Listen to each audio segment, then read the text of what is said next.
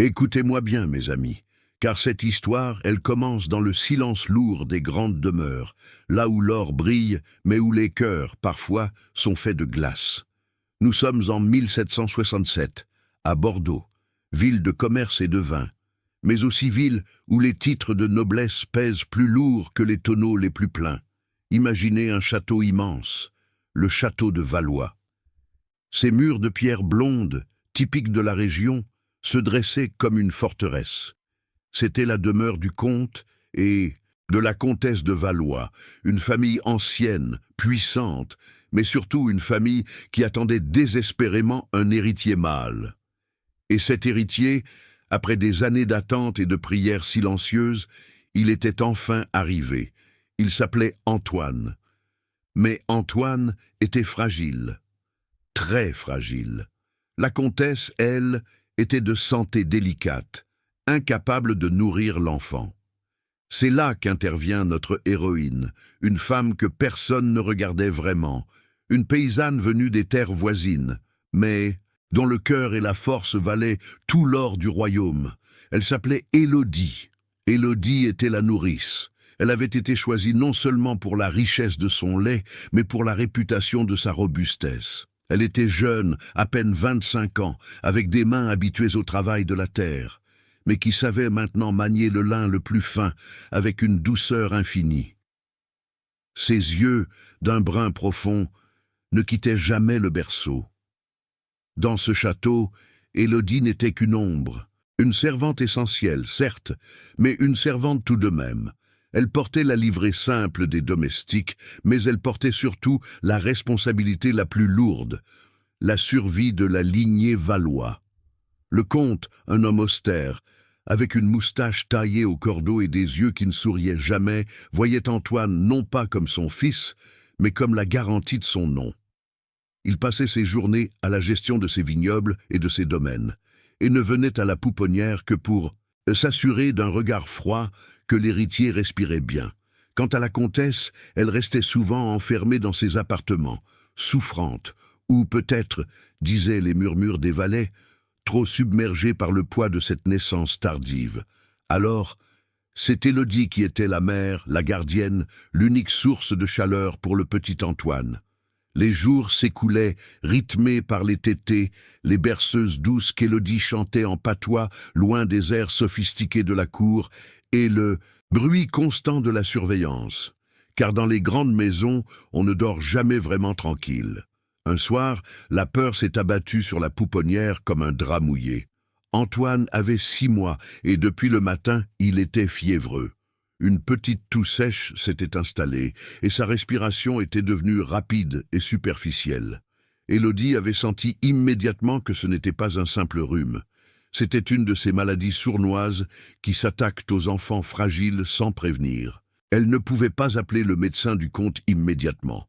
Le règlement interdisait de déranger la famille après le dîner, sauf en cas de catastrophe avérée. Et si elle avait tort?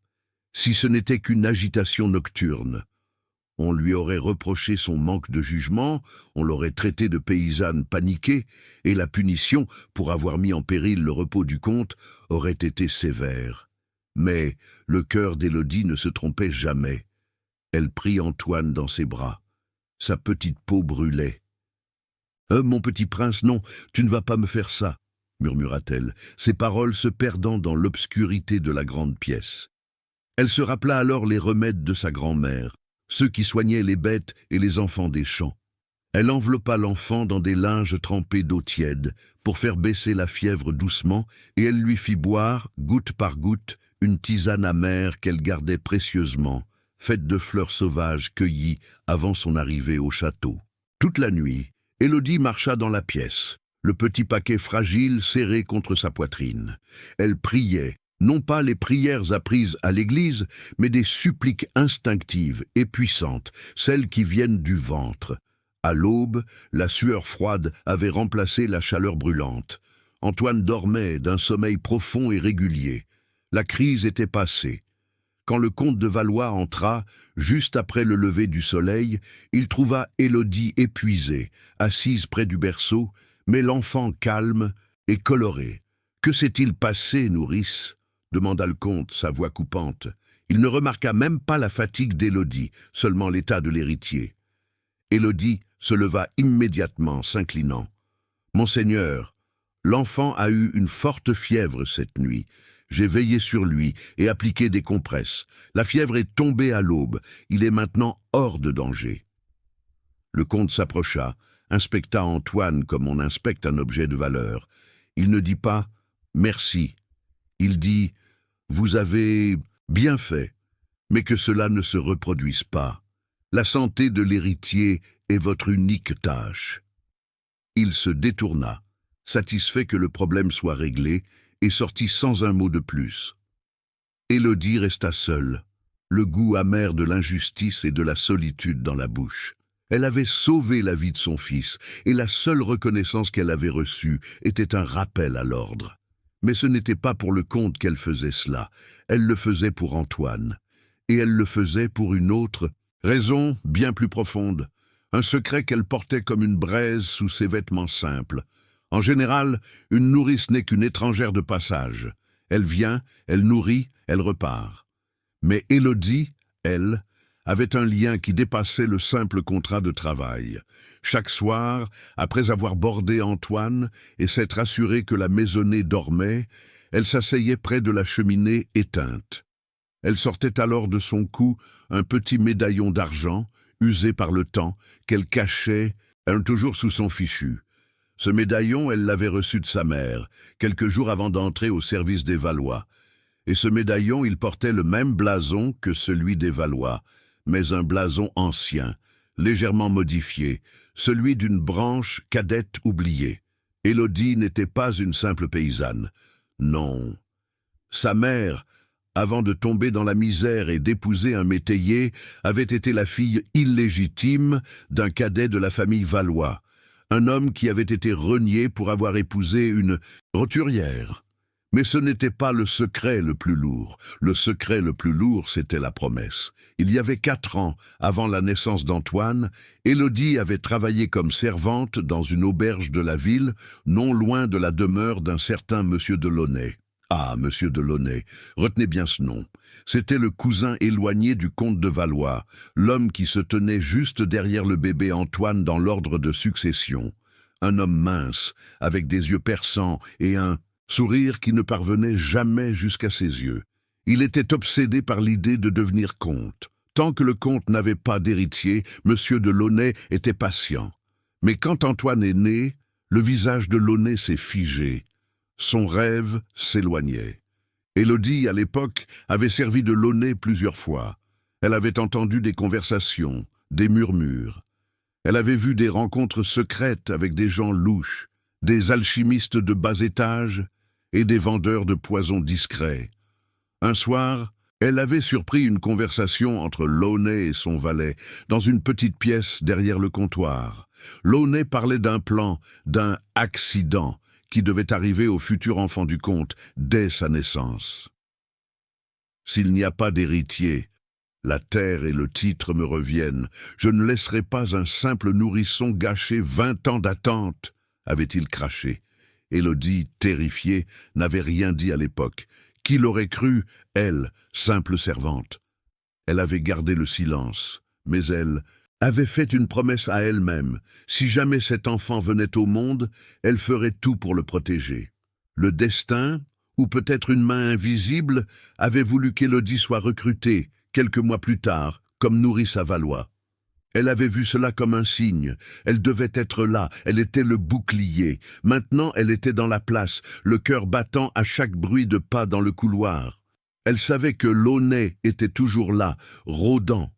Il venait souvent au château, sous prétexte de visiter son cousin le comte, mais ses yeux ne cessaient de glisser vers la pouponnière. Il y avait une tension palpable entre Élodie et Launay, une tension que seul le danger pouvait créer. Quelques jours après la crise de fièvre d'Antoine, Élodie était en train de préparer le bain de l'enfant. Elle avait mis le berceau près de la fenêtre, profitant du soleil de l'après-midi. La porte s'ouvrit sans prévenir. Ce n'était pas le comte, ni une femme de chambre. C'était Monsieur de Launay. Il n'avait aucune raison d'être ici. Il entra, s'arrêtant au milieu de la pièce, l'air d'un homme qui vient vérifier l'état d'un meuble.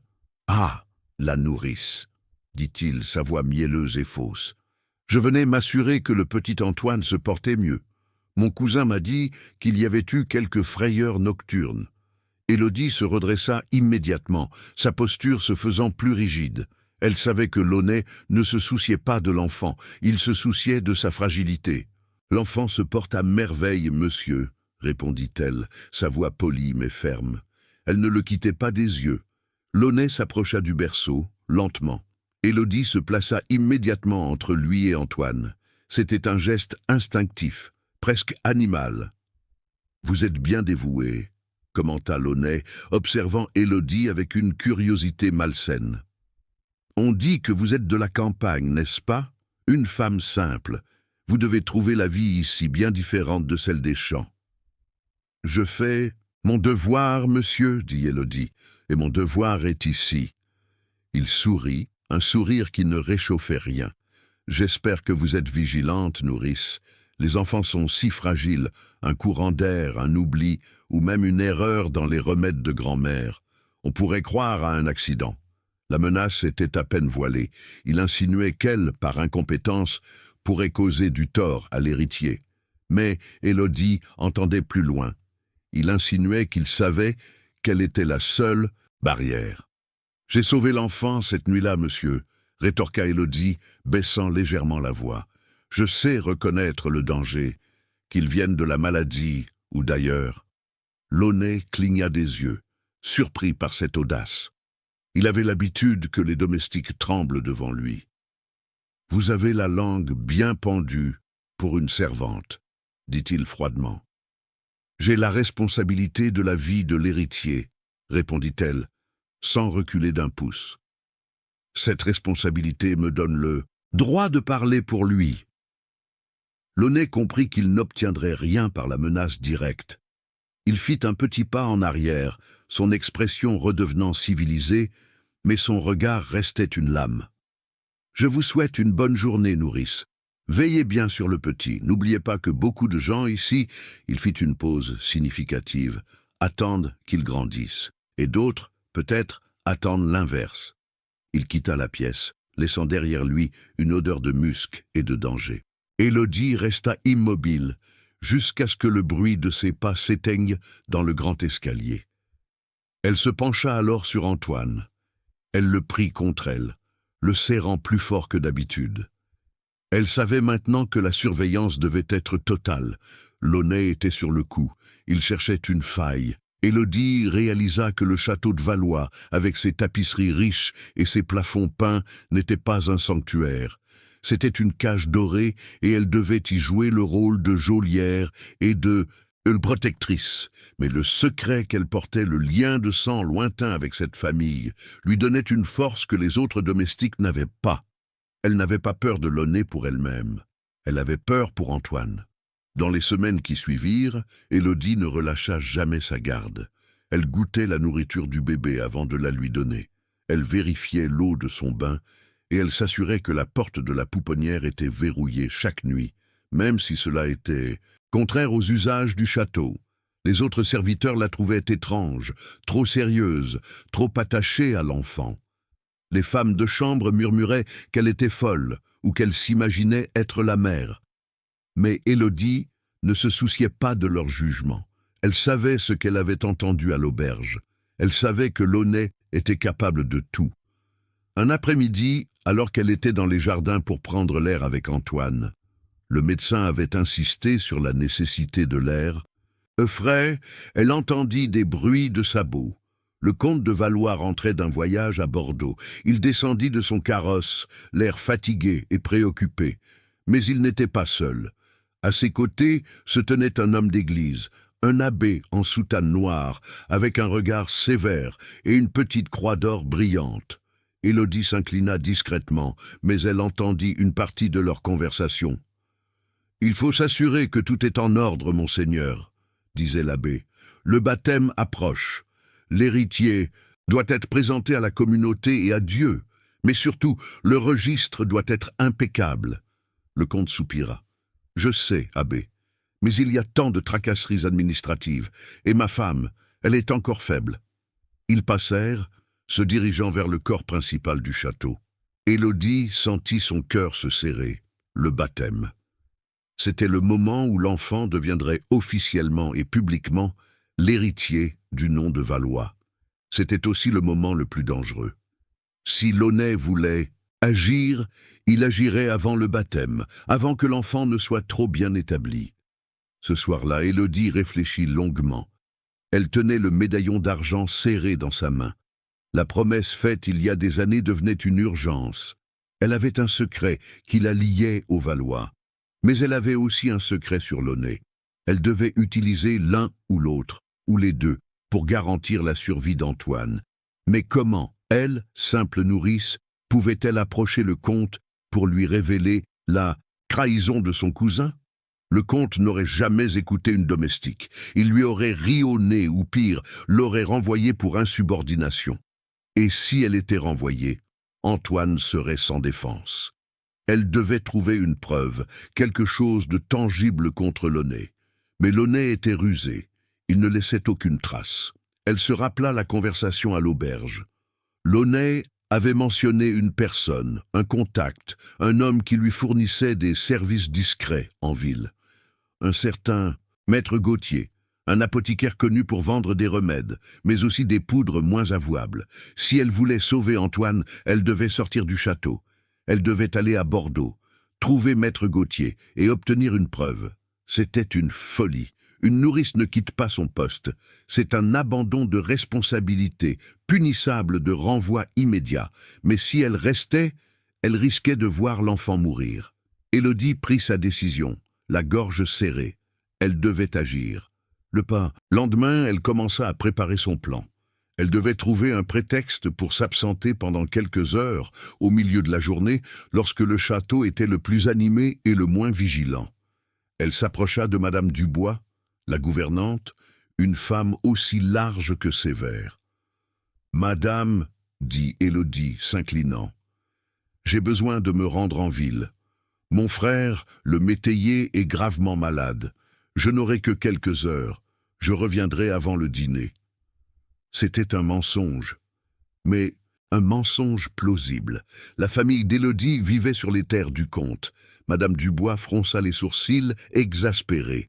« Une nourrice n'a pas à quitter son poste, Élodie. Votre devoir est ici. »« Je le sais, madame, mais si mon frère venait à mourir, je devrais m'occuper de sa veuve et de ses enfants. Cela pourrait me forcer à quitter le service plus tard. Je vous promets de revenir. Et je laisserai le petit Antoine aux bons soins de la sous-nourrice Marie. Elle est compétente. » La gouvernante hésita. Perdre Élodie, c'était risquer la santé d'Antoine.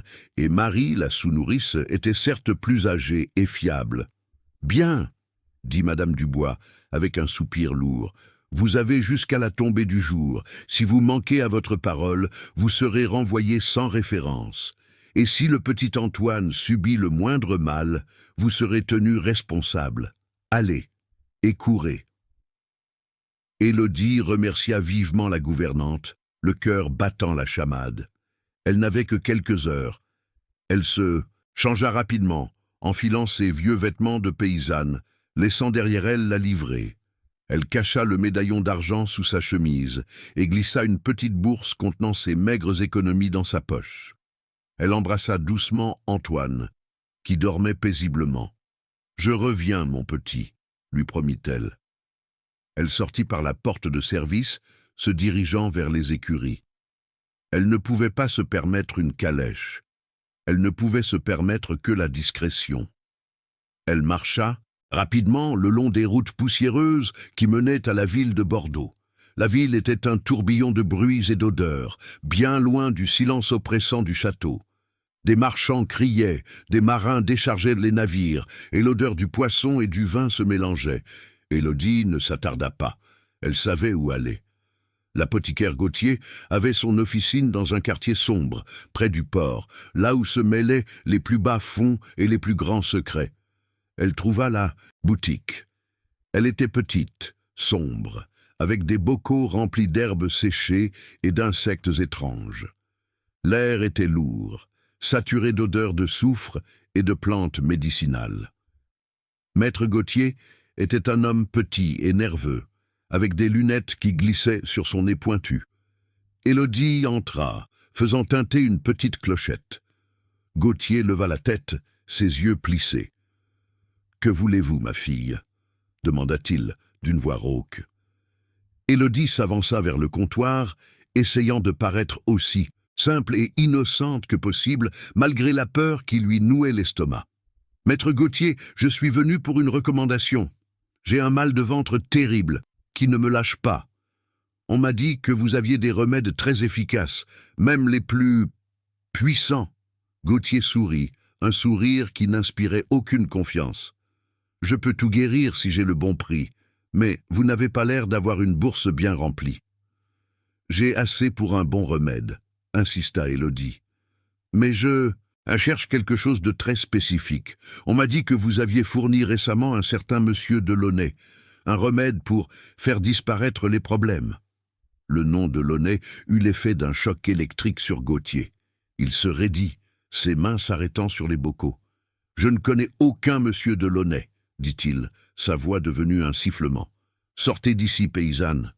Je n'ai rien pour vous. » Élodie savait qu'elle tenait quelque chose.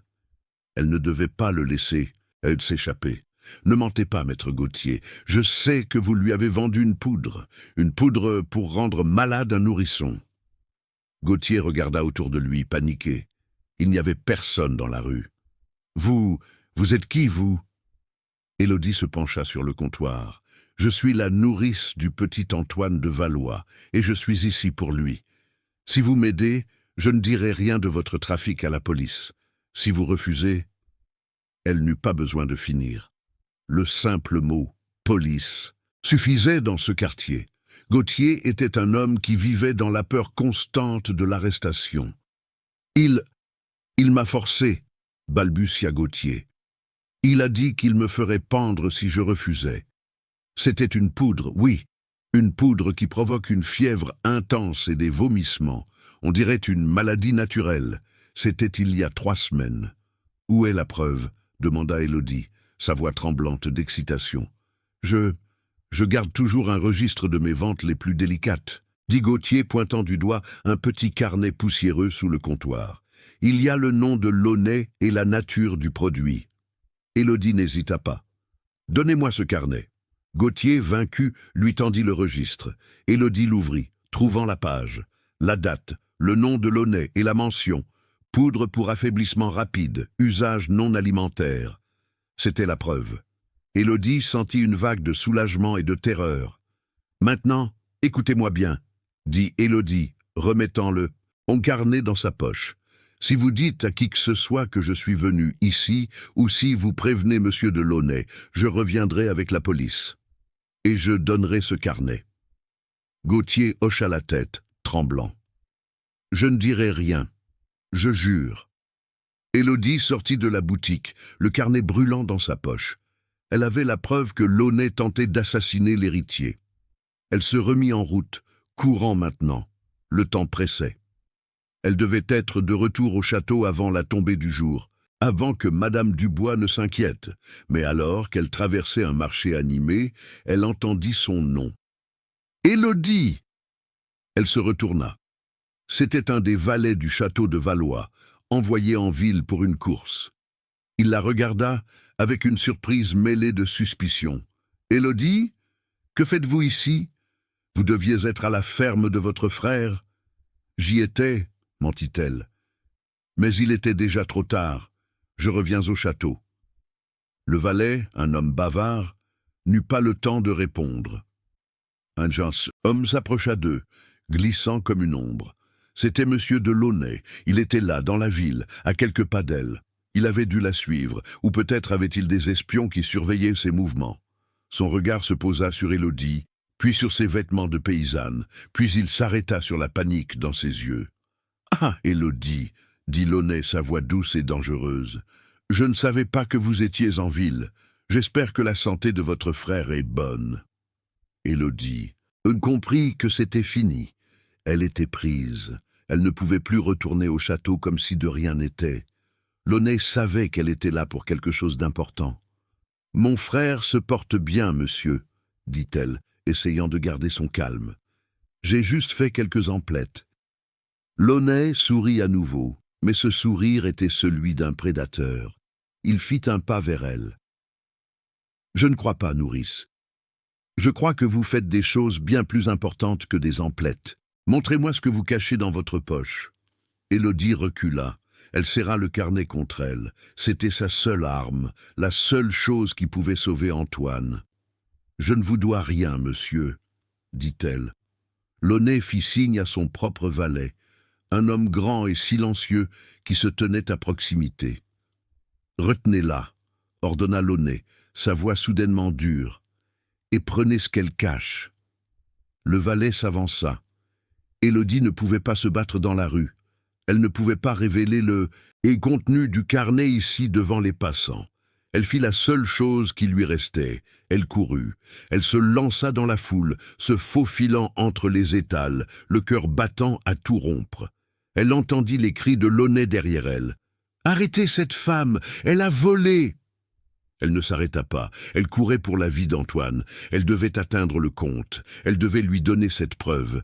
Elle arriva près des quais où les bateaux étaient amarrés. Elle devait se dépêcher. La lumière du jour commençait à faiblir. Elle était presque hors de vue, quand soudain, elle trébucha sur une corde lâche et tomba lourdement sur le pavé. Le carnet glissa de sa poche et roula sous un tonneau. Avant qu'elle ne puisse le récupérer, Launay était là, son visage déformé par la rage. Il la saisit par le bras, sa poigne de fer lui faisant mal. « Vous avez cru m'échapper, paysanne ?» siffla-t-il. Le valet ramassa le carnet. Launay le prit, ses yeux parcourant rapidement les pages. Quand il arriva à la page fatidique, son visage devint livide. « Launay, apothicaire Gauthier, poudre » lut-il à voix basse. « Imbécile !» Il déchira le carnet en 1000 morceaux, laissant les petits morceaux de papier s'envoler dans le vent du soir, comme des flocons de neige sombre. Élodie sentit l'espoir l'abandonner. La preuve était détruite. « Maintenant, » dit Launay, la tirant par le bras, « nous allons retourner au château, et vous allez expliquer au comte pourquoi vous avez abandonné votre poste, et pourquoi vous avez inventé des mensonges grotesques sur moi. » La partie était perdue. Élodie était à la merci de Launay, sans preuve, et coupable d'avoir déserté son poste. Elle avait échoué à protéger l'héritier. Alors qu'il marchait, traîné par Launay, Élodie se rappela le médaillon d'argent qu'elle portait. Le secret de son propre sang. C'était son dernier recours. Elle devait jouer le tout pour le tout. Elle se laissa traîner, réfléchissant à la manière d'utiliser ce lien ancien, ce fragment de noblesse perdue, pour forcer le comte à l'écouter. Elle devait transformer sa défaite en une révélation. Quand ils arrivèrent au château, il faisait nuit noire. Launay, triomphant, la fit entrer par la porte principale, ignorant les regards choqués des domestiques. « Mon cousin !» cria Launay, se dirigeant vers le salon où le comte recevait habituellement. « J'ai attrapé cette femme. Elle a déserté son poste et elle a tenté de voler. Elle doit être renvoyée sur le champ. » Le comte de Valois était assis près du feu, lisant un document. Il leva les yeux, ennuyé par ce tumulte. « De quoi s'agit-il, Launay ?» demanda le comte, sa voix lourde. « Il s'agit de la nourrice. Elle a abandonné Antoine et elle s'est rendue en ville. Elle est une menace pour l'enfant. » Le comte regarda Élodie, qui se tenait droite malgré la poigne de fer de Launay. « Est-ce vrai, nourrice ?» demanda le comte. « Avez-vous quitté le château ?»« Oui, oui, monseigneur, j'ai quitté le château, mais je n'ai pas déserté mon devoir. J'ai quitté mon poste pour sauver votre fils. » Le silence retomba sur le salon, si lourd qu'on aurait pu entendre les braises s'éteindre dans la cheminée. Le comte de Valois plissa les yeux, non de colère immédiate, mais d'incrédulité. Une servante l'interrompait dans sa soirée, l'accusait de mensonge, et osait parler de la sécurité de l'héritier comme si elle était une générale en chef. Monsieur de Launay, lui, sentit le danger. Il resserra sa prise sur le bras d'Élodie, ses doigts s'enfonçant dans sa chair. « Entendez-vous cela, cousin ?» lança Launay, sa voix pleine d'une indignation calculée. « Elle avoue son crime, elle a abandonné l'héritier. Et maintenant, Pour masquer sa faute, elle invente des histoires folles. Elle prétend qu'elle cherchait une preuve contre moi. De quelle preuve parlez-vous, Élodie? Le carnet que vous avez volé et que vous avez déchiqueté lorsque je vous ai surprise. Élodie ignora la douleur de son bras. Elle regarda droit dans les yeux froids du comte. « Monseigneur, monsieur de Launay ment. Je ne suis pas une voleuse. J'ai bien trouvé un carnet, oui. Un carnet qui prouvait qu'il a acheté, il y a 3 semaines, une poudre chez un apothicaire de Bordeaux. Une poudre destinée à rendre malade le petit Antoine, pour que sa mort ressemble à une maladie naturelle. » Le comte se leva. Sa haute silhouette dominait la pièce. « Vous m'accusez d'empoisonnement, Launay ?» demanda-t-il, sa voix tremblante, non pas de peur, mais d'une rage sourde due à l'atteinte à l'honneur de sa maison. « Et vous, nourrice, vous osez accuser mon cousin, mon sang, sur la base d'un carnet qui n'existe plus ?»« Il a détruit la preuve, monseigneur, » insista Élodie. « Il a déchiré le carnet près des quais, mais l'apothicaire, maître Gauthier, il se souvient de l'achat. Il se souvient de la menace que Launay a faite pour qu'il lui fournisse ce poison. » Launay éclata de rire, un rire sec et faux qui résonna dans le salon. « Launay, un apothicaire des bas-fonds, regardez-la, cousin, elle est folle, prise de fièvre paysanne, elle a déserté, elle a volé, et maintenant elle essaie de me traîner dans la boue pour sauver sa peau. Faites-la jeter dehors, monseigneur. Elle est une menace bien plus grande pour l'enfant que n'importe quelle maladie. » Le comte hésita. Il voyait d'un côté son cousin, un noble, dont le statut et la parole devaient être respectés. De l'autre, il voyait Élodie, une servante, certes dévouée, mais prise en flagrant délit d'absence, et dont les accusations étaient invérifiables. Il fit un signe à Launay de relâcher Élodie. « C'est assez, Launay. Je ne vous permets pas de la toucher ainsi. » Le comte se tourna vers Élodie. « Nourrice, vos accusations sont graves, elles sont infamantes. Si elles sont fausses, non seulement vous serez renvoyée, mais vous irez en prison pour diffamation et abandon de poste. » Élodie sentit la défaite monter dans sa gorge. Elle avait perdu la preuve, et sa parole ne valait rien. Elle ne pouvait pas laisser Launay gagner. Elle devait frapper là où le comte était le plus sensible, l'héritage et le sang. Elle porta sa main à son cou, sous sa chemise simple. Elle en sortit le petit médaillon d'argent, usé par le temps, et le tendit vers le comte. « Monseigneur, » dit-elle, sa voix retrouvant une force inattendue, « avant de me juger, regardez ceci, et demandez-vous si je suis vraiment une simple paysanne. » Le comte de Valois, intrigué malgré lui, prit l'objet. Il le tourna sous la lumière vacillante des bougies. Ses sourcils se froncèrent. Le blason. C'était bien le blason valois, mais avec la brisure spécifique, le petit détail qui marquait la branche cadette, celle qui avait été reniée 2 générations auparavant. Launay, voyant le médaillon, pâlit soudain. Il avait reconnu le symbole. « Qu'est-ce que cela signifie ?» demanda le comte. Sa voix n'était plus celle de l'ennui, mais celle d'une surprise profonde, presque sacrée.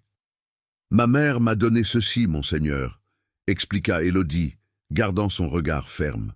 « Ma grand-mère était la fille de Charles de Valois, le cadet renié pour avoir épousé une roturière. Nous sommes peut-être tombés dans la misère, mais le sang, il coule toujours. Je suis du sang valois, monseigneur, lointain, illégitime, mais du sang. » Le comte était sidéré. Dans le monde rigide de la noblesse française, une lignée, même lointaine, et déchue, conférait un poids que la naissance roturière n'aurait jamais pu donner. « Vous êtes une descendante de la branche de Charles ?» murmura le comte. « Oui, monseigneur, et cela signifie 2 choses, » continua Élodie, profitant de l'avantage. « Premièrement, je ne suis pas une étrangère sans raison dans cette maison. Deuxièmement, je ne vous mentirai jamais sur la sécurité de votre héritier. Si je risque ma vie et mon honneur, c'est parce que je sais que le danger est réel. Il vient de monsieur de Launay, qui est prêt à tuer un enfant pour le titre. » Launay, réalisant l'étendue de la catastrophe, s'avança, cherchant à minimiser l'impact. « Cousin, ce n'est qu'un vieux bijou. N'importe quelle paysanne peut s'en procurer un. Elle essaie de nous manipuler avec une histoire de famille éteinte. Silence, Launay, ordonna le comte, levant la main. Il tenait le médaillon comme s'il s'agissait d'une relique. Le comte de Valois était un homme d'ordre. Le fait qu'aucune descendante de sa propre famille, même déchue, soit la nourrice de son fils, était un signe du destin qu'il ne pouvait ignorer. L'accusation, venant d'elle, prenait une toute autre dimension. « Nourrice, dit le comte, sa voix plus posée. Je ne peux pas vous croire sur parole, mais je ne peux pas non plus vous ignorer. Si vous dites la vérité, Launay est un assassin.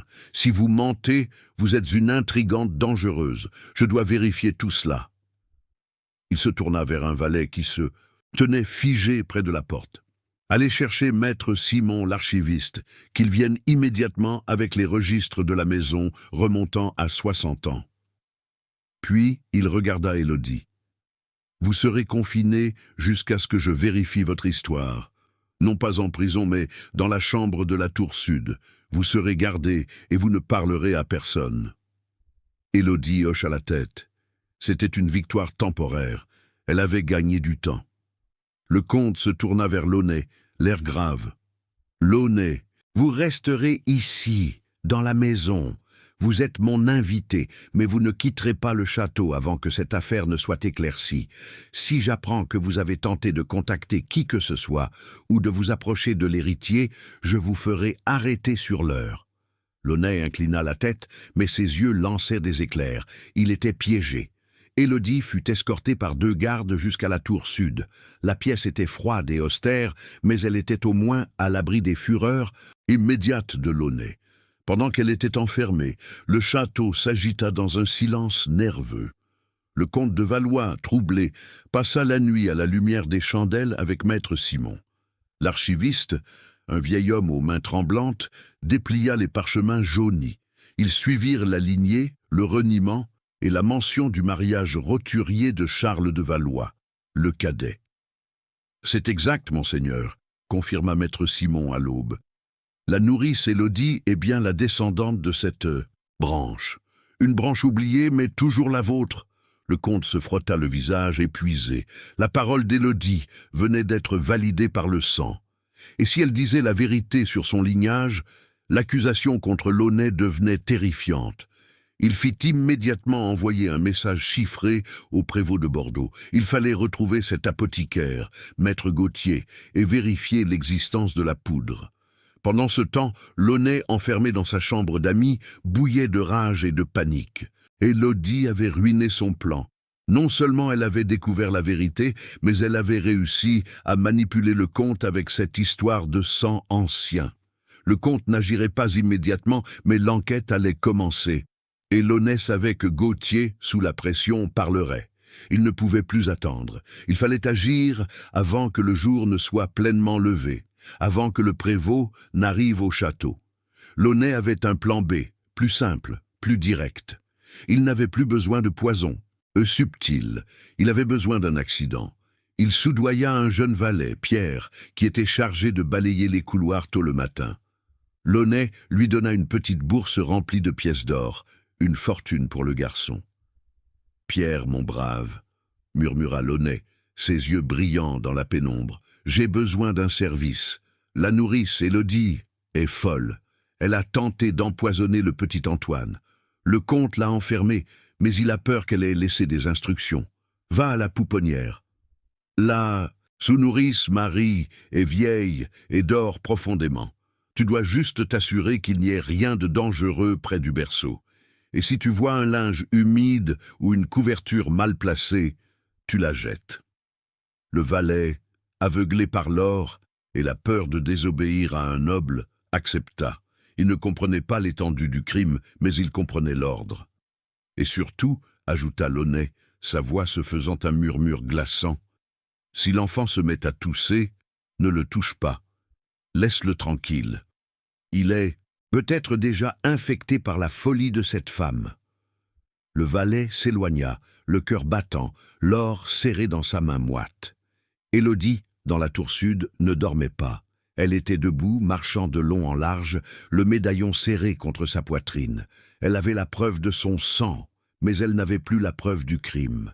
Et Antoine était loin d'elle. Elle priait pour que Marie, la sous-nourrice, soit vigilante. Marie était âgée, ses yeux n'étaient plus aussi perçants, et elle avait une confiance aveugle dans l'ordre du château. Soudain, Élodie entendit un bruit. Ce n'était pas le bruit des gardes qui changeaient aux portes. C'était un grincement léger venant du corps principal du château, près de l'aile des domestiques. Le bruit d'une porte qui s'ouvre doucement, là où elle ne devrait pas. Puis, le silence. Élodie se précipita vers la petite fenêtre de sa prison. Elle ne pouvait rien voir, mais elle sentait l'air se refroidir. Quelque chose n'allait pas.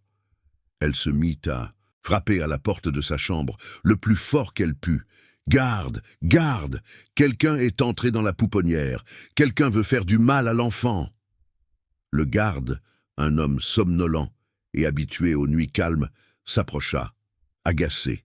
« Silence, nourrice, vous êtes enfermée, le petit Antoine est sous bonne garde. »« Non, » cria Élodie, « Launay est rusé, il a envoyé quelqu'un, écoutez-moi, pour l'amour de Dieu. C'est maintenant qu'il agit, avant l'arrivée du prévôt. » Alors, qu'elle criait, un cri plus aigu et plus faible répondit dans le lointain, un cri d'enfant étouffé, suivi d'un bruit de chute. Le garde, alerté par le son inhabituel, se redressa. Il ne pouvait pas ignorer un cri venant de l'héritier. Il déverrouilla la porte d'Élodie. « Restez ici », lui ordonna-t-il, tirant son épée. « Je vais vérifier. » Élodie ne resta pas. Elle se lança dans le couloir, courant pieds nus sur les dalles froides, devançant le garde. Elle connaissait le chemin vers la pouponnière mieux que quiconque. Elle arriva à l'aile de l'héritier. La porte était entr'ouverte. Une faible lumière filtrait de l'intérieur. Elle se précipita. La scène était chaotique. Marie, la sous-nourrice, était à genoux près du berceau, son visage pâle d'horreur. Le jeune valet, Pierre, était là aussi, les mains tremblantes, essayant de ramasser une couverture de soie qui était tombée sur le sol. Et Antoine était rouge, le visage congestionné, essayant de respirer, ses petits bras agitant l'air. « Qu'avez-vous fait ?» hurla Élodie, poussant le valet et se précipitant vers l'enfant. « J'ai juste enlevé la couverture, comme on m'a dit. Elle était mal placée, » balbutia Pierre, terrorisé. Élodie prit Antoine, le redressa, tapota doucement son dos. La crise respiratoire passait lentement. Marie se mit à pleurer. « J'étais si fatiguée, Élodie. Je dormais. Ce garçon est entré, il a dit qu'il vérifiait les instructions de la nourrice. Et puis, la couverture a glissé. » Élodie regarda le valet. La couverture n'avait pas glissé. Elle avait été positionnée de manière à étouffer lentement l'enfant ou à lui bloquer les voies respiratoires pour que cela ressemble à un accident de sommeil. « Qui vous a envoyé, garçon ?» demanda Élodie, sa voix basse et dangereuse. Pierre, voyant la rage dans ses yeux et l'enfant presque mort dans ses bras, s'effondra. « Monsieur de Launay, il a dit que la couverture était dangereuse. Il m'a donné de l'argent. » Le garde arriva, l'épée à la main, suivi de près par le comte de Valois, qui avait entendu l'agitation et le cri de son fils. Le comte entra dans la pouponnière et vit la scène. Élodie, l'enfant contre elle, le visage du valet décomposé par la peur, et Marie en larmes. « Que se passe-t-il ici ?» tonna le comte. Le garde désigna Pierre. « Monseigneur, ce valet était dans la chambre, et la nourrice, elle a dit qu'il avait été envoyé. » Le comte regarda le valet. « Pourquoi étiez-vous ici, Pierre ?» Pierre ne put que pointer vers le couloir. « Monsieur de Launay, il m'a payé pour enlever la couverture. » Le comte de Valois n'avait plus besoin de registre, ni de la confirmation de l'apothicaire Gauthier. La preuve était là, vivante, dans les bras de la nourrice. Son propre cousin avait tenté d'assassiner son fils dans sa propre maison, pendant qu'il était censé être sous surveillance. La fureur du comte fut terrible. Il se tourna vers le garde. « Allez chercher Monsieur de Launay, qu'il soit menotté et jeté au cachot sur le champ, et qu'on envoie un autre messager au prévôt. C'est une affaire de meurtre que nous avons ici. » Le garde s'exécuta immédiatement. Le comte s'approcha d'Élodie, le visage défait. Il regarda Antoine, qui se calmait lentement contre la chaleur de sa nourrice. Élodie. Il ne l'appela plus nourrice. Il l'appela par son prénom, un signe de respect et de reconnaissance. Vous avez sauvé mon fils. Encore une fois. Il y avait de la honte dans sa voix. Il avait douté d'elle, une femme de son propre sang, pour faire confiance à un assassin. Ce n'était pas un accident, monseigneur, dit Élodie, sa voix encore tremblante d'adrénaline. Il n'y a pas d'accident dans cette maison tant que Launay est libre.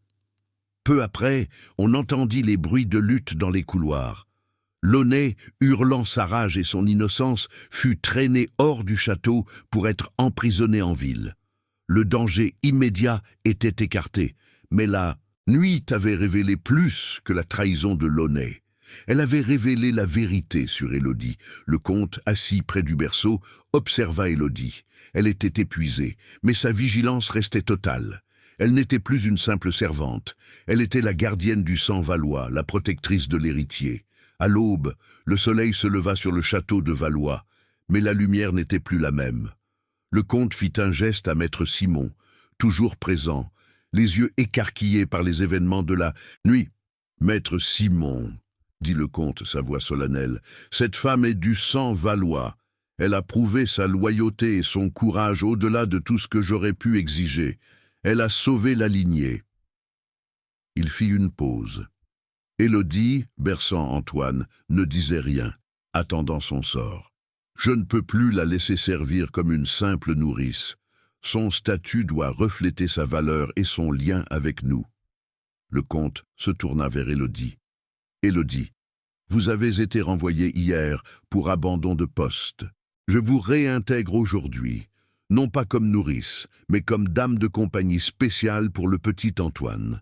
Vous serez logée dans une aile plus noble, mais ce n'est pas suffisant. » Le comte réfléchit. Il devait réparer l'affront fait à son sang et récompenser son héroïsme. « Je ne peux pas vous donner le titre de comtesse de Valois, mais je peux vous donner un titre. J'ai des terres à l'est, les terres de la Roque, qui ont toujours été réservées à une branche de la famille. Je vais les restaurer. » Il regarda Élodie, surprise, les yeux écarquillés. « Élodie, je vous nomme dame de la Roque. Vous aurez votre propre maison, vos propres revenus, et vous serez considérée comme une parente éloignée. Vous resterez cependant au château pour veiller sur Antoine, mais vous ne porterez plus la livrée de servante. » Pour Élodie, c'était un bouleversement complet de son monde. Elle était passée de paysanne à descendante reconnue, de domestique à dame. Elle s'inclina profondément, son cœur battant de gratitude. « Je vous remercie, monseigneur, je ferai honneur à ce titre, mais ma seule récompense est la santé d'Antoine. » Le comte sourit faiblement. « Je le sais, Élodie, mais il y a une dernière chose. La comtesse, ma femme, est trop faible. Elle ne peut pas assumer le rôle de mère protectrice. Vous l'avez fait. » Il se tourna vers maître Simon. « Faites préparer les documents. Élodie sera officiellement la marraine d'Antoine lors du baptême. Elle se tiendra à mes côtés en tant que dame de la Roque. C'était un honneur immense, une reconnaissance publique de son nouveau statut et de son rôle essentiel dans la vie de l'héritier. Mais alors que le soleil montait, Élodie savait que l'histoire n'était pas terminée. Launay était en prison, mais il était encore vivant, et le titre de dame de la Roque, même s'il la protégeait, la plaçait aussi au centre de l'échiquier politique.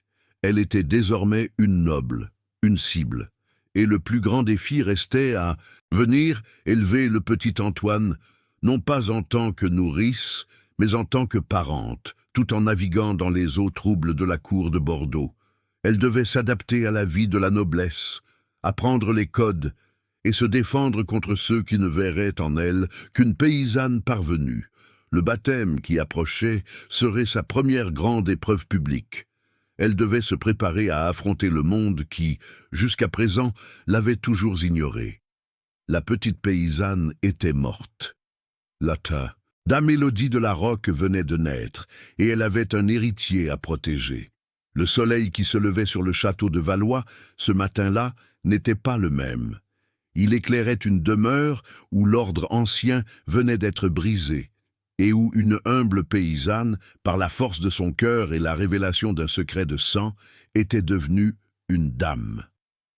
Élodie fut installée dans sa nouvelle chambre, dans la tour sud, qui n'était plus une prison, mais une suite. C'était grand, avec un lit à baldaquin et des tapisseries lourdes qui sentaient la poussière et la richesse. Elle touchait les draps de soie, le cœur serré. Ce n'était pas sa place, et pourtant, c'était le prix de la sécurité d'Antoine. Le comte de Valois ne perdit pas de temps. Il était un homme qui agissait avec rapidité une fois sa décision prise. Il avait besoin de stabiliser la situation avant que les murmures ne se transforment en scandale public. La première étape fut de donner à Élodie les outils de sa nouvelle condition. Une dame ne peut pas se promener en haillons, avait décrété le comte. Des couturières de Bordeaux arrivèrent en hâte, portant des ballots de tissu fin, soie, velours et lin délicat. Élodie, habituée à la laine rustique et au chanvre, se sentit mal à l'aise lorsqu'on lui mesurait la taille pour les corsets et les robes de cour. « Tenez-vous droite, dame de la Roque », lui disait la couturière en chef, une femme sèche et acerbe. « Une noble ne s'affaisse pas. » Élodie obéissait, mais elle se sentait déguisée. Elle était forte, mais ses robes étaient écages, faites pour l'apparence, pas pour le travail. Elle se demandait comment elle pourrait courir ou se battre si le danger revenait. Mais le plus difficile n'était pas la robe, c'était la posture. Le comte, conscient de l'urgence du baptême public, assigna à Élodie une dame d'honneur pour lui enseigner les manières. Ce fut Madame de Saint-Aubin, une veuve respectée mais terriblement stricte, dont le visage semblait sculpté dans la pierre. « Écoutez-moi bien, dame de la Roque », commença Madame de Saint-Aubin dès leur première leçon. « Vous avez le sang, certes, mais vous n'avez pas l'éducation. La cour est un champ de bataille, un mauvais placement de main, un mot en trop, et vous êtes dévoré. » Élodie devait apprendre à marcher sans presser le pas, à parler sans user de son patois paysan, à s'incliner selon les rangs, et à sourire sans montrer ses dents, car, lui expliqua-t-on, c'était vulgaire. « Vous êtes trop direct, Élodie », corrigeait Madame de Saint-Aubin, tapant du bout de son éventail sur la main d'Élodie. « Une noble suggère. Elle ne déclare pas, et lorsque vous parlez au comte, souvenez-vous de votre place. Vous êtes une parente, oui, mais il est le chef de la lignée. » Élodie, qui avait sauvé l'héritier par son courage direct, trouvait cette mascarade épuisante. Elle devait se transformer en quelque chose qu'elle n'était pas. Elle se sentait coupée de sa propre force. Elle ne tenait que par la présence d'Antoine.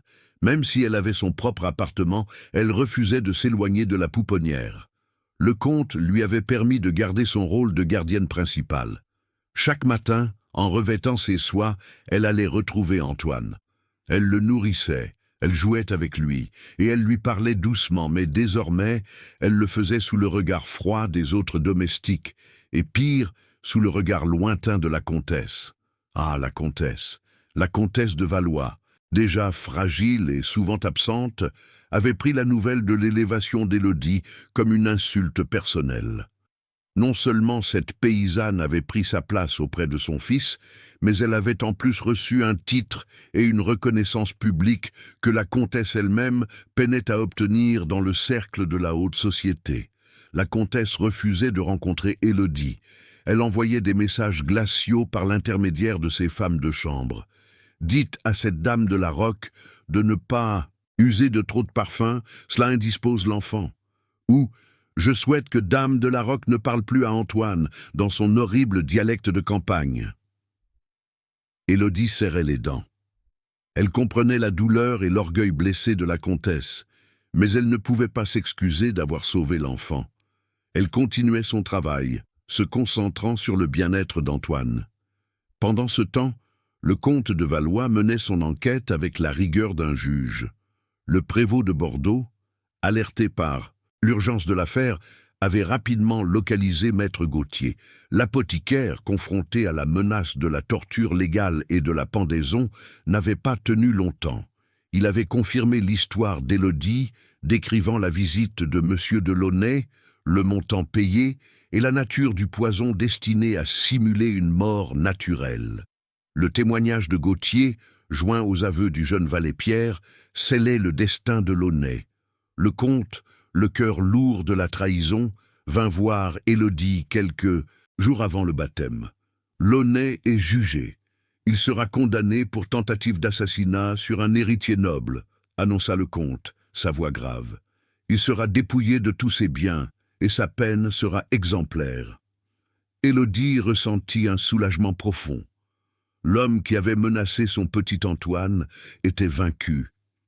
Et quant à vous, Élodie, continua le comte, la regardant avec une nouvelle forme de respect, vous êtes la seule personne en qui j'ai désormais confiance absolue pour la protection d'Antoine. Il lui tendit un document scellé par l'écu valois. Ceci est l'acte de donation des terres de la Roque. Il est officiel. Vous êtes une noble, Élodie. Mais plus important encore, ceci est le programme du baptême. L'Église est prête. Vous tiendrez Antoine sur les fonts baptismaux. Le baptême. C'était le moment où Élodie, la dame de la Roque, allait faire son entrée dans le monde. Elle passa les jours suivants dans une préparation fébrile. Madame de Saint-Aubin la harcelait sur chaque détail. La manière de tenir le cierge, l'angle de la révérence devant l'évêque, la retenue dans l'expression du visage. « Souvenez-vous, dame de la Roque, insistait Saint-Aubin. Vous serez observée. Les autres nobles ne vous aiment pas. Ils verront en vous la paysanne qui a forcé la porte. Vous devez être impeccable. » Élodie savait qu'elle était jugée. Les autres familles nobles de Bordeaux, invitées pour l'événement, n'avaient pas manqué d'entendre les rumeurs. Le scandale de Launay, le titre donné à une roturière. Ils attendèrent de voir Élodie échouer. Le jour du baptême arriva, baigné d'un soleil pâle de fin d'automne.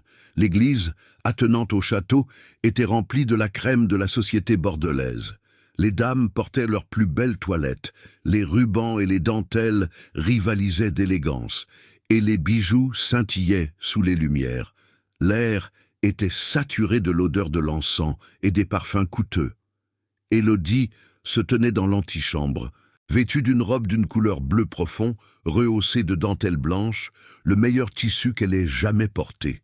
Ses cheveux, tressés selon la mode, étaient retenus par un simple ruban de velours. Elle avait l'air digne, mais ses mains, cachées sous un manchon, tremblaient légèrement. Le petit Antoine, âgé d'un peu plus de 8 mois, était magnifique dans sa robe de baptême de soie, ignorant le tumulte qui se jouait autour de lui. Le comte de Valois arriva, vêtu de sa tenue de cérémonie. Il était tendu, mais il affichait la fierté de l'homme qui présente son héritier légitime. « Êtes-vous prête, Élodie ?» lui demanda-t-il, un rare signe d'attention. « Je suis prête, monseigneur, » répondit-elle, respirant profondément. La procession s'ébranla. Élodie entra dans l'église, marchant lentement à côté du comte, portant Antoine. Chaque pas était une épreuve. Elle sentait des centaines de regards se poser sur elle, des chuchotements étouffés, des jugements silencieux. Elle voyait les visages des comtesses, des marquises, qui se penchaient pour murmurer à leurs voisins. « Regardez-la, la paysanne, elle porte l'enfant comme si c'était le sien. Ce comte est fou d'avoir donné un titre à une telle personne. » Élodie fixa son regard sur l'autel. Elle se rappela pourquoi elle était là, pas pour le titre, pas pour la gloire, mais pour cet enfant, pour le protéger du mal qui rôdait encore dans l'ombre de la haute société. Elle arriva au fond baptismaux. L'évêque commença la cérémonie. Quand vint le moment de présenter l'enfant, Élodie, en tant que marraine, se tint à côté du comte. Elle tendit Antoine à l'évêque, qui le bénit et le rendit à Élodie. Elle le serra contre elle, le petit Antoine, désormais baptisé Antoine Charles de Valois. Au moment où elle reprenait l'enfant, Élodie sentit un regard particulièrement hostile. Elle leva les yeux. C'était la comtesse de Valois, la mère biologique, qui avait fait une rare apparition pour la cérémonie. Elle se tenait dans une loge latérale, pâle et fragile, enveloppée dans des voiles. Ses yeux, sombres et pleins de douleur, étaient fixés sur Élodie, non pas avec de la haine, mais avec un mélange de jalousie et de désespoir. Pour la première fois, Élodie ressentit de la pitié pour cette femme. La comtesse avait le titre, la fortune, mais elle avait perdu la connexion la plus vitale avec son fils. C'était Élodie qui était forte, Élodie qui avait sauvé, Élodie qui tenait l'héritier. La cérémonie s'acheva. Le comte, fier, présenta officiellement Élodie à l'Assemblée comme Dame Élodie de la Roque, marraine et protectrice de l'héritier. Les applaudissements furent polis, mais froids. La véritable épreuve commença lors du banquet qui suivit dans la grande salle de réception du château. Élodie, désormais obligée d'interagir avec les invités, se retrouva au centre d'un tourbillon de fausses politesses. Les nobles l'approchaient, non pas par amitié, mais par curiosité malsaine, ou pour essayer de la piéger. « Dame de la Roque, dit une vieille duchesse, le visage plissé comme une pomme séchée. On dit que vos terres sont très fertiles. Vous devez être une experte en agriculture. Vous nous parlerez des moissons, n'est-ce pas ?» C'était une moquerie. On attendait d'elle qu'elle parle de bétail et de labour, pour souligner son origine roturière. Élodie se rappela les leçons de Saint-Aubin. Elle sourit sans montrer ses dents. « Madame la duchesse, » répondit Élodie, sa voix claire et sans accent. « Je me concentre sur la culture la plus précieuse, celle de l'héritier. Je m'assure que les mauvaises herbes, » elle fit une pause significative, « ne prennent pas racine trop près de lui. » La duchesse cligna des yeux, surprise par la finesse de la réplique. Élodie venait de rappeler à tout le monde qu'elle était là en raison du scandale de Launay et qu'elle était la gardienne. Elle continua ainsi, jouant le jeu, répondant aux questions, piège avec une dignité empruntée mais efficace. Elle ne parlait pas d'elle-même, elle parlait de l'avenir d'Antoine, de la solidité de la lignée Valois, se positionnant comme un pilier de la famille. Le comte, observant de loin, hocha la tête, impressionné. Elle apprenait vite. Mais une menace, plus sournoise que Launay, se manifesta pendant le banquet. Un jeune marquis, connu pour sa légèreté et son penchant pour le jeu, s'approcha d'Élodie avec un verre de vin. « Ah, Dame de la Roque, quelle histoire fascinante! On dit que vous avez obtenu votre titre grâce à un vieux bijou de famille. C'est romantique, et maintenant vous êtes riche. Mais dites-moi, est-ce que le comte a fait vérifier la légitimité de ce Charles de Valois? Les archives, c'est si facile à falsifier. » C'était le coup de couteau. Il insinuait que l'histoire du sang était une invention pour obtenir un titre. Élodie répondit immédiatement, sans perdre son calme. « Monseigneur le comte a tout vérifié, marquis. Et si vous avez des doutes sur la véracité des registres de la maison Valois, je vous suggère de lui en parler directement. Personnellement, je trouve que le vrai test du sang n'est pas dans le parchemin, mais dans la loyauté. » Elle fit une révérence légère et se détourna, laissant le marquis interloqué. Launay, même en prison, avait toujours des amis ou des obligés qui cherchaient à semer le doute sur Élodie. Elle comprenait que le combat pour sa place ne faisait que commencer. Quelques jours après le baptême, le jugement de Launay fut rendu public. Exil perpétuel, confiscation des biens et déchéance de son nom. Il était vaincu. Mais Launay, avant d'être emmené loin de Bordeaux, réussit à envoyer un dernier message au comte. Le message, glissé par un geôlier corrompu, était simple et venimeux.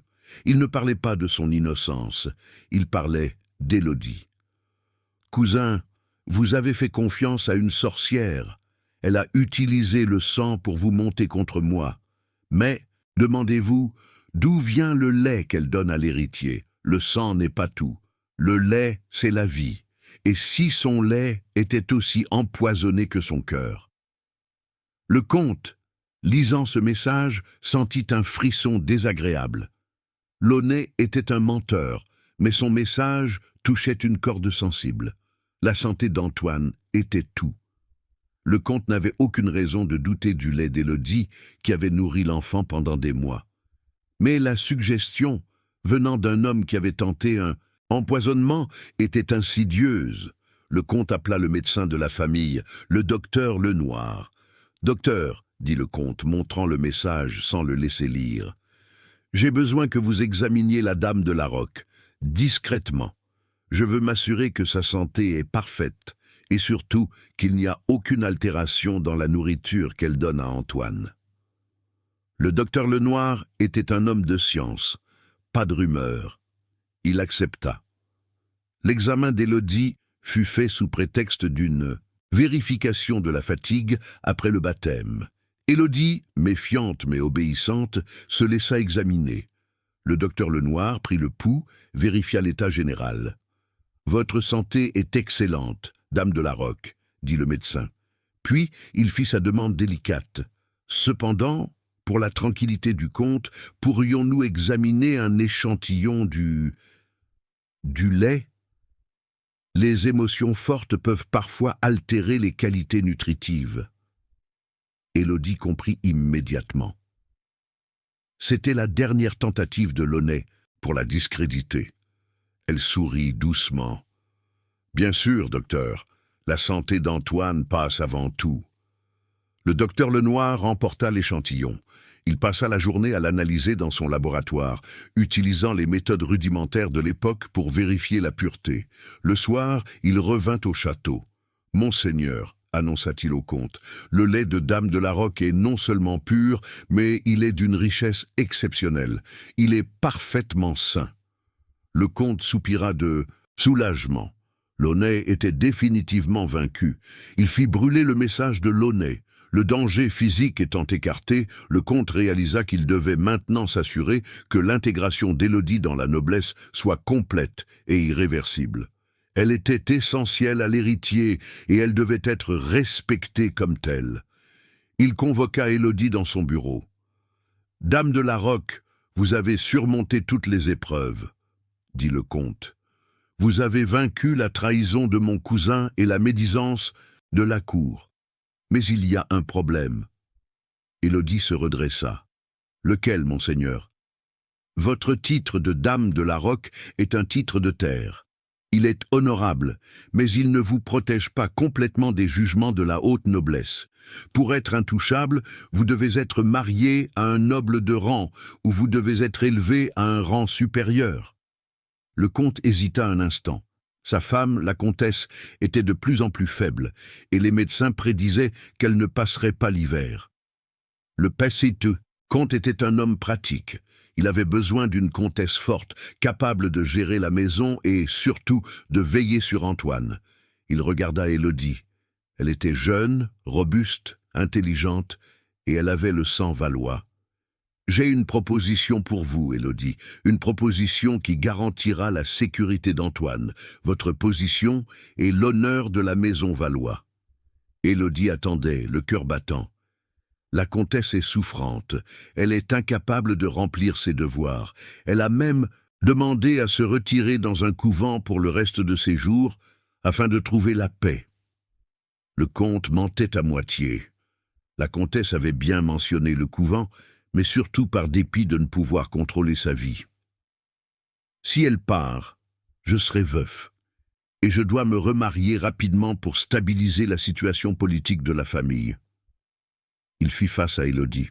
« Élodie de la Roque, vous êtes du sang valois, vous avez sauvé mon fils, vous êtes sa marraine, je vous demande de devenir ma femme, de devenir la nouvelle comtesse de Valois. » Le silence s'abattit sur le bureau.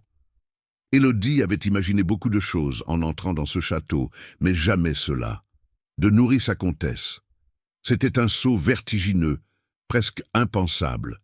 « Monseigneur, » murmura-t-elle, incapable de trouver ses mots. « Je suis une paysanne. Je ne suis pas digne de ce titre. »« Vous êtes digne, » insista le comte. « Vous avez la dignité de l'action et la loyauté du sang. Et vous avez la force que ma maison a perdue. De plus, il n'y aura aucune question sur votre dévouement à Antoine. » Il s'approcha d'elle. « Accepterez-vous cette charge, Élodie ? Non pas par amour, mais par devoir envers l'héritier. » Élodie regarda au-delà du comte, imaginant le petit Antoine. Si elle devenait comtesse, elle serait la mère officielle, la dame de la maison, et personne ne pourrait plus jamais la menacer, elle ou l'enfant. Elle aurait toute l'autorité du château pour le protéger. « J'accepte. Monseigneur, dit Élodie, sa voix ferme, j'accepte de devenir votre femme pour l'honneur de la maison Valois et pour la sécurité de mon fils. » Le comte hocha la tête, satisfait. C'était une affaire conclue. « Bien, je vais arranger le départ de la comtesse et annoncer nos fiançailles dans les semaines à venir. Vous devez maintenant commencer à vous préparer, non pas pour être une dame, mais pour être une comtesse. » Élodie quitta le bureau, chancelante. Elle était entrée dans le château et comme une ombre, et elle en sortirait bientôt comme la maîtresse des lieux. Mais cette élévation n'allait pas se faire sans douleur. La comtesse de Valois, apprenant le plan de son mari, sortit de son isolement dans un accès de rage et de désespoir. Elle ne voulait pas du couvent, elle voulait sa place. La comtesse demanda à voir son mari, mais il refusa. Elle demanda à voir Élodie. Le comte, cherchant à éviter un scandale public avant la finalisation des arrangements, permit la rencontre à condition qu'elle soit brève et surveillée. Élodie entra dans l'appartement de la comtesse. L'atmosphère était lourde, l'air saturé de parfums floraux et de l'odeur de la maladie. La comtesse était assise sur une chaise longue, les yeux brillants de fièvre. « Vous avez gagné, paysanne !» siffla la comtesse, sa voix étonnamment forte. « Vous avez sauvé mon fils, et maintenant vous volez mon mari et mon titre. » Élodie s'inclina, gardant son calme. « Madame la comtesse, je ne vole rien. Je ai fait mon devoir. Votre fils a besoin d'une protection que vous ne pouvez pas lui donner. »« Et vous pensez que ce titre vous rendra heureuse ?» cracha la comtesse. « Vous serez une étrangère ici, toujours. On ne vous pardonnera jamais d'avoir été la nourrice. Vous serez une comtesse sans amis. » Élodie regarda la femme épuisée. « Je n'ai pas besoin d'amis, madame. J'ai besoin de la sécurité d'Antoine, et je ferai tout pour lui. » La comtesse sourit, un sourire amer et triste. « Vous êtes une femme dangereuse, Élodie. Vous êtes plus noble que nous tous. Vous êtes la force de la terre. J'espère que mon mari se souviendra que vous n'êtes pas une de ces vignes que l'on peut arracher et replanter à sa guise. » C'était la dernière fois qu'Élodie voyait la comtesse. Quelques jours plus tard, l'annonce officielle fut faite. La comtesse de Valois, pour raison de santé, se retirait dans un couvent de l'Aquitaine. Le chemin était libre. Élodie allait devenir la comtesse.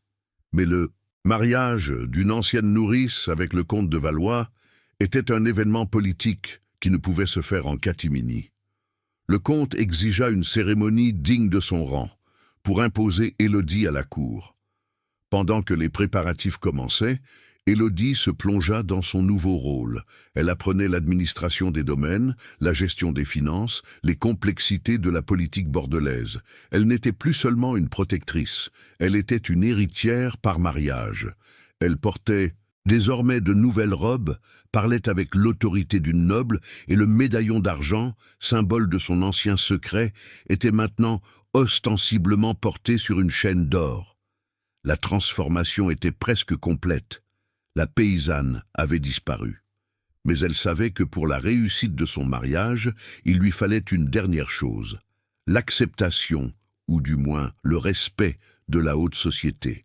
Et pour cela, elle devait organiser un événement qui prouverait sa valeur, non seulement comme mère de l'héritier, mais comme maîtresse de maison. Elle décida de donner un grand bal au château pour annoncer ses fiançailles. Un bal qui devait éclipser tout ce que la comtesse précédente avait pu organiser. Élodie de Larocque, l'ancienne nourrice, était prête à affronter le monde. Elle avait le titre, la force et l'amour d'Antoine pour la guider. Elle allait montrer à Bordeaux que le sang des Valois, même illégitime, était plus fort que la jalousie et la tradition. Et ce bal serait une consécration. Le bal d'annonce des fiançailles, mes amis, ce n'était pas juste une fête. C'était un champ de bataille recouvert de soie et de dentelle. Élodie devait prouver que la paysanne était morte et que la comtesse était née. Le château de Valois n'avait jamais brillé avec autant d'éclat. Des centaines de bougies illuminaient la grande salle de bal, faisant miroiter les lustres de cristal. La musique s'élevait, joyeuse et sophistiquée, et les robes des dames tournaient comme des fleurs, exotiques. Élodie fit son entrée au bras du comte. Elle portait une robe d'un rouge profond, la couleur du vin et de la terre, une couleur forte qui contrastait avec les pastels habituels de la cour. Elle était coiffée et parée de bijoux, mais ce qui frappait le plus, c'était sa posture. Elle ne marchait plus comme une servante, ni même comme une dame hésitante. Elle marchait comme quelqu'un qui avait le droit d'être là, quelqu'un qui avait gagné sa place. La noblesse de Bordeaux s'inclina, mais leurs yeux étaient des aiguilles. Ils attendaient qu'elle trébuche, qu'elle dise un mot de trop, qu'elle se révèle. Le comte, fier de son choix et soulagé de la fin du scandale Launay, présenta Élodie avec une solennité inattendue. « Mes amis, déclara le comte, sa voix portant au-dessus de la musique, je vous présente ma future épouse, Élodie de la Roque. Elle est la dame qui a sauvé l'héritier Valois, elle est du sang de notre maison, et elle sera la mère de notre lignée. » Un silence poli accueillit l'annonce. Les murmures reprirent immédiatement, plus intenses. Élodie, suivant les instructions de Madame de Saint-Aubin, accepta les félicitations avec une grâce mesurée. Elle répondait aux questions en évitant les pièges, se montrant à la fois humble, en reconnaissant son devoir, et inébranlable, en affirmant sa place. Elle savait que son test le plus dur viendrait de la part de ceux qui étaient les plus proches de l'ancienne comtesse. Une femme s'approcha, la marquise de Montaigne, une amie de longue date de la comtesse exilée. Elle était grande, sèche, avec un regard qui pouvait geler le vin dans les verres. « Félicitations, dame de la Roque, » dit la marquise, sa voix douce comme du papier de verre. « Un chemin si rapide, de la pouponnière à la chambre du maître. Il faut avouer que vous êtes doué, pour la survie du moins. » C'était une insulte directe, rappelant son passé de nourrice et suggérant une ambition sans scrupule. Élodie ne se laissa pas déstabiliser. Elle regarda la marquise droit dans les yeux. « Marquise, » répondit Élodie, son propre regard devenant de l'acier. « Le chemin était rapide, c'est vrai, mais il était dicté par l'urgence. J'ai sauvé l'héritier d'un poison lent et d'un étouffement rapide. Si être rapide et efficace est un défaut dans ce monde, je l'assumerai, car mon objectif n'est pas la survie personnelle, mais la survie des Valois. » Elle fit une pause et ajouta, d'une voix que seuls quelques-uns purent entendre, « J'ai appris, marquise, que dans les grandes maisons, les vrais poisons ne sont pas toujours dans les remèdes. Ils sont souvent dans les murmures et l'oisiveté. » La marquise de Montaigne, habituée à ce que les domestiques et les parvenus s'effondrent sous le poids de son jugement, resta sans voix. Elle s'inclina maladroitement et se retira, vaincue par la franchise et la détermination d'Élodie. Le comte, qui avait observé la scène de loin, s'approcha d'Élodie. Il lui prit la main. « Vous avez la langue vive, ma chère, dit-il, mais il y avait de l'admiration dans ses yeux. Saint-Aubin ne vous a pas enseigné ces répliques. »« Non, monseigneur, » répondit Élodie. « Cela, c'est la voix d'une mère qui protège son enfant. » Le bal fut un succès retentissant, non pas parce que les invités aimaient Élodie, mais parce qu'ils la craignaient et la respectaient. Elle n'était pas une femme que l'on pouvait ignorer. Elle était la force qui avait restauré l'ordre et la sécurité au château de Valois. Dans les semaines qui suivirent, le mariage fut arrangé. Le comte avait obtenu l'accord de l'Église pour l'annulation de son premier mariage, la comtesse ayant choisi la vie religieuse. Élodie fit un dernier geste avant la cérémonie. Elle se rendit à l'auberge où elle avait servi, là où elle avait entendu la terrible conspiration de Launay. Elle ne s'y rendit pas en comtesse, mais en simple voyageuse. Elle donna une grosse somme d'argent au propriétaire, exigeant qu'il utilise cet argent pour améliorer les conditions de vie des servantes, en particulier la jeune fille qui avait pris sa place. Elle voulait que les femmes simples aient un peu plus de dignité. Le jour du mariage, tout Bordeaux était au courant. Le mariage du comte de Valois avec son ancienne nourrice, devenue dame de la Roque, était le sujet de toutes les conversations. La cérémonie fut simple, mais digne. Le comte, un homme d'âge mûr, était sérieux et respectueux. Élodie, revêtue d'une robe de mariée en soie crème, n'avait pas l'air d'une princesse de conte de fées, mais d'une reine paysanne, solide et belle. Au moment d'échanger les vœux, Élodie regarda le comte, mais ses pensées étaient nées pour Antoine. Elle faisait ce vœu pour lui. « Je vous prends pour époux, dit-elle, pour honorer votre nom et protéger votre lignée. » Elle devint la comtesse de Valois. Après la cérémonie, la vie au château changea. Élodie, désormais maîtresse de maison, imposa son propre style. Fini l'atmosphère froide et distante qui régnait sous l'ancienne comtesse. Élodie exigea que la gestion des vignobles soit plus juste envers les métayers, se souvenant d'où elle venait. Elle ouvrit les fenêtres, aérant les pièces, et apporta une chaleur simple et humaine à la grande demeure. Le comte de Valois, d'abord surpris par la vigueur et la rapidité des changements, se rendit compte qu'il avait fait le bon choix. Sa nouvelle comtesse était une partenaire, pas seulement une décoration. Ses affaires prospéraient grâce aux conseils pratiques d'Élodie sur la gestion des terres. Et le petit Antoine, l'héritier, il grandissait fort et joyeux. Élodie ne relégua jamais Antoine aux mains d'une nouvelle nourrice. Elle resta sa principale gardienne, sa mère aimante, même si elle portait maintenant des robes de soie et des bijoux. Elle lui chantait toujours ses vieilles berceuses en patois, même si Madame de Saint-Aubin en gémissait. Quelques années passèrent. Launay mourut en exil, oublié. La comtesse précédente trouva la paix dans le silence du couvent. Le nom de Valois était stable, respecté et surtout vivant. Un après-midi, Élodie, la comtesse de Valois, était assise dans les jardins, supervisant la plantation de nouvelles roses. Elle portait une simple robe de jour, et ses mains, bien que plus douces qu'avant, ne craignaient pas la terre. Antoine, maintenant un petit garçon vif de 5 ans, jouait à ses pieds. Il était l'image de la santé et de la force, un digne héritier. Un invité, le duc de Montbazon, un homme qui avait d'abord dédaigné Élodie, vint la saluer. « Comtesse, » dit le duc, s'inclinant, « je dois l'admettre. Votre gestion du domaine est remarquable, et l'héritier est d'une robustesse incroyable.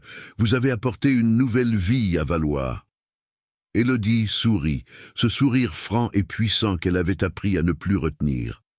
« Merci, duc. J'ai toujours cru que la force d'une maison venait de ses racines. Il faut les nourrir, les protéger et ne jamais oublier la terre d'où l'on vient. » Elle regarda Antoine, puis elle regarda ses mains, celles qui avaient travaillé la terre, nourri l'enfant et tenu le médaillon. La petite paysanne, Élodie, qui n'avait eu pour seul trésor que son courage et son secret de sang, avait sauvé l'héritier, révélé la trahison, et était devenue la maîtresse du château de Valois. Elle avait découvert que la véritable noblesse ne résidait pas dans un titre ou un blason, mais dans la force du cœur et la puissance de la loyauté. Et c'est ainsi qu'Élodie, l'ancienne nourrice, régna sur le domaine de Valois, assurant la prospérité et la sécurité de l'héritier, et prouvant à tous que les plus grandes dames sont souvent celles qui se souviennent d'où elles viennent. Et le petit Antoine, il grandit en sachant que sa vraie mère, celle qui l'avait sauvé et élevé, était la plus forte des comtesses. L'histoire se termina là, mes amis, non pas dans le faste, mais dans la paix et la certitude d'un avenir bien gardé.